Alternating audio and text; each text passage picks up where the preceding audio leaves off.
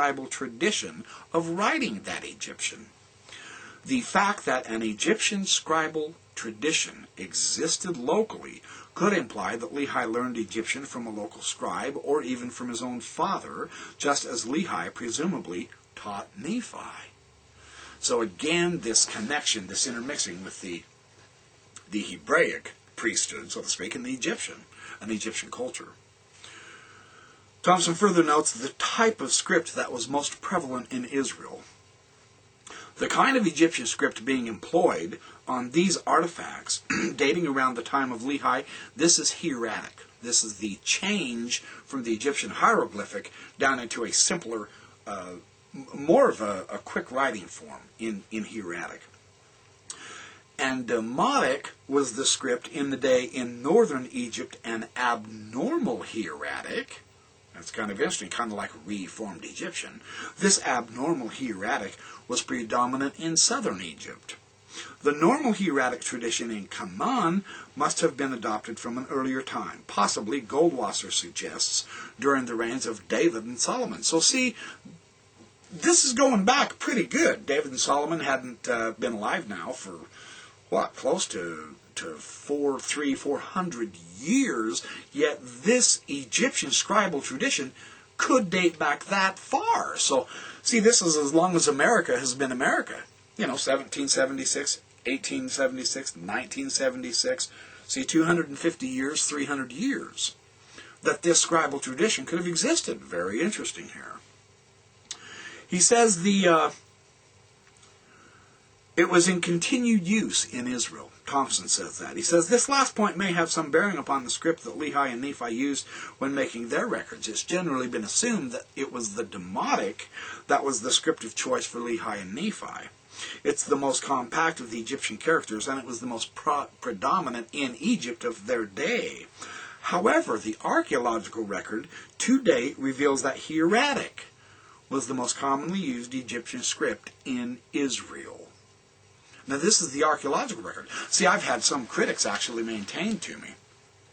They said this idea that you're proposing is absurd because Egypt was the abomination of the Lord in the Old Testament. Do not touch the abominable thing. And Egypt, Mitzrayim, was the abomination.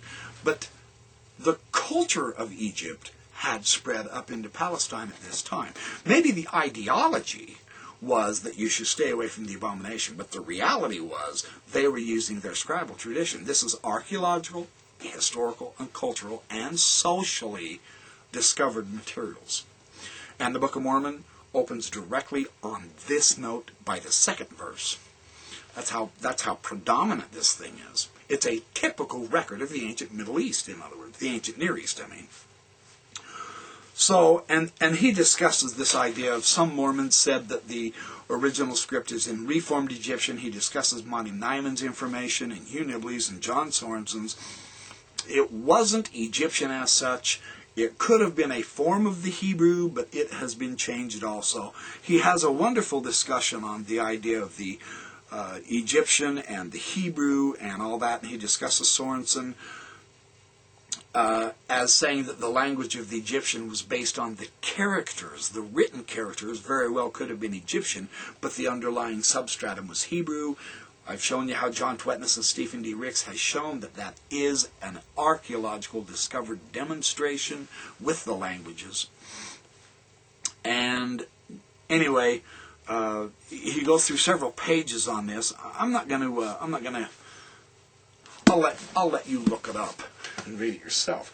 Now, in line with this theme of Lehi being a good father and teaching Nephi, once again, two of my favorite LDS scholars, David Bokovoy and John Twetness, in their book Testaments, links between the Book of Mormon and the Hebrew Bible. If you can get this book, it is a wonderful little book. It's a good primer. It gives you some wonderful ideas to ponder. 2003 by Heritage Press.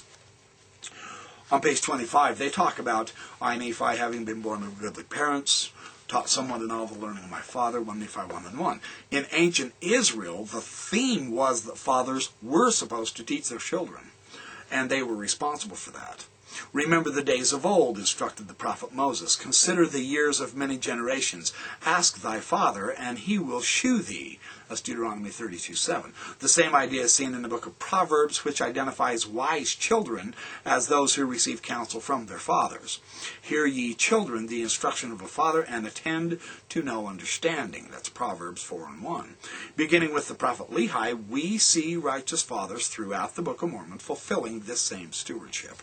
It's an Israelite heritage, and this is perfectly reflected in the Book of Mormon. There's no innovation here.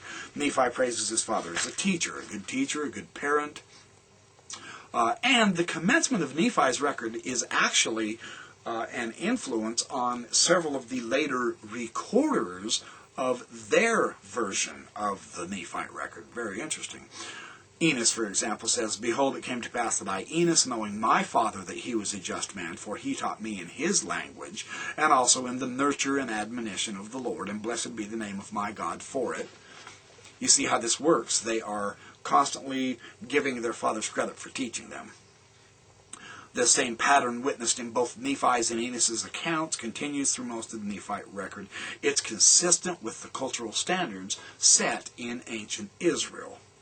So this is another justifiable piece that shows the Book of Mormon is from an Israelite heritage. And that's what we claim, of course. So anyway, David Bachvoy and John Twetness in Testaments. Now, one other item here. Well, I'm gonna share this. This is kind of getting ahead of the game in a way, but not really. The further to see the broad cultural and teaching contexts that Lehi gave his children, who in turn gave it to their children, and on down through the time.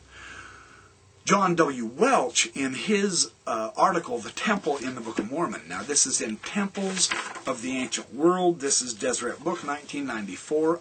A huge brawl of a book. It's 800 pages thick. It's huge. It's wonderful.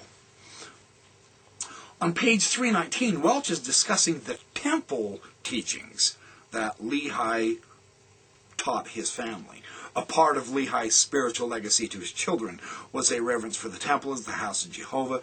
It appears that Lehi observed temple practices. After all, he did sacrifice in the wilderness, and precepts as best as he could, even though he had no physical temple to utilize by himself.